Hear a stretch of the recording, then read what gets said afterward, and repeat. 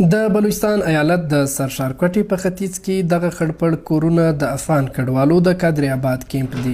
د ژوند له بنیادي اسانتیاو بې برخې تر 9000 زیاته کورنۍ په دې کیمپ کې د کډوالۍ ژوند تیروي. ماشومان یې په لڅو پښو له لیرې لیرې په لاسي ټالیو کې د څښاک او ورځني استعمال لپاره اوبه راوړي. د کډوالو په وینا د هلکانو نجونو د ښوونځیو د نشتوالي له کبله یې زیاتره ماشومان یوازې په مدرسو کې داخل کړي. د دې ټولو ستونزو برسیره په اوسني وخت کې د دوی تر ټولو لوی اندېښنه دغه ده چې د پاکستان حکومت به یې کله له ملک څخه وباسي، کوم چې دوی په دې رضا نه دي. د افغانستان له کندوز ولایت سره تعلق لرونکی 46 کلن نور احمد 13 کاله وړاندې کوټې له راکډه سوی. وایي که څه هم دلته یې د ژوند چارې خوندورې نه دي، خو بیا هم نه غواړي چې په زوره بیرته افغانستان ته ولېږدول سي. یاره خفګان ځکه په موږ کې خفګان بیخي زیات دی. خفګان په دې زیات دی چې مخکې ستونکي کې موږ نیم کورونه پاته سوه، نیم لواړه. نمایي بچیان په کارو کې پاته سوه، نمایي لواړه. نمایي په تاڼو کې پاته سوه، نمایي لواړه وینې ولاړه. دغه ډېر غټ پرابلم سره مخامخ وه. نو اوس بیا د افریقا حکومت کړې ده، دا زموږ دپاره ډېره غټه پریشاني ده. لږ نه ده چې لږ ده، ډېره غټه پریشاني ده. پریشاني په دې کې ده چې دلته داسې خلک شته چې باید کاروبارونه کوي، شی کوي، د هغې نیم حسابونه کتابونه سره پاته وي. د افغانستان له تخار ولایت سره تعلق لرونکي سپین ږیري علي محمد هم د کوټې په قادر آباد کې خپل ټول ژوند تیر کړ. وایي افغانستان لا هم د دې جوګه نه دی چې دوی د ژوند تیرولو لره ورسي.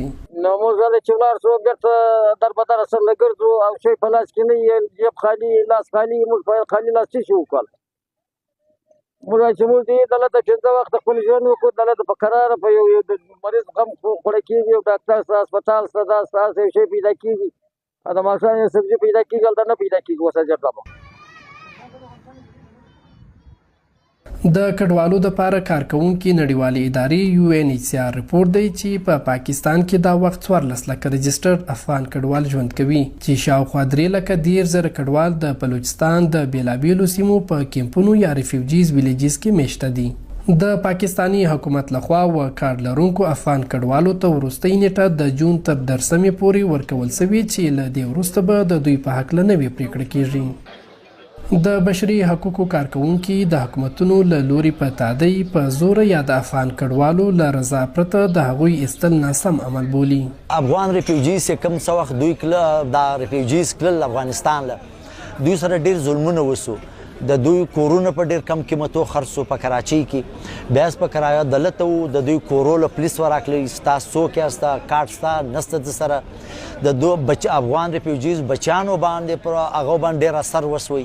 سکولان د دوی ضایع سو، دغه د بچیانو د افغان ریفیوجیز دغه د افغان ریفیوجي ښځې پریګننټ وې، هغه په دې کې ډېرې مړې سوي دي او پلیال نه هسپتالونه د دوی لپاره ول نه بل داسې هغه دا اگر دوی دا مسایلو سره دوی مخامخ سول. نو زموږ د حکومت پاکستان، د افغانستان د اسلامي امارات او دارنګه د ملګرو ملتونو خاص کر د UNHCR سره زموږ دا غوښتنه او اپیل دی چې زموږ افغان کډوالو پر پالیسي باندې دوی دای کار وکړي. که چیرې دلته موږ ته وخت راکول کیږي، باید هلته په څنګ کې په کور دننه کې موږ ته د تلو دپاره زمینه مساعده سي. زموږ افغان کډوالو ته مځکې ورکړل سي او هلته UNHCR د سرپناه په جوړولو کې کومک ورسره وکړي. د پاکستانی حکومت د کال 2023 د اکتوبر په میاشت کې له پاکستان څخه د افغانستان، ایران او نورو ملکونو ناقانونه او اسناد نه لرونکو کډوالو وګړو د ایستلو امر کړی وو. رپورټونه ښایي چې په هغه پړاو کې شاوخوا تر 15 لکه زیات کډوال بیرته افغانستان ته لیږدول سوي دي. خو د قانوني اسناد لرونکو حکومتي مدت یا نیټه د روانې میاشتې تر 13 جون 2024 پورې پوره کیږي، چې له سببه یې په بلوچستان او د ملک په نورو ایالتونو کې پراته افغان کډوال له ګرم سره مخامخ کړي دي.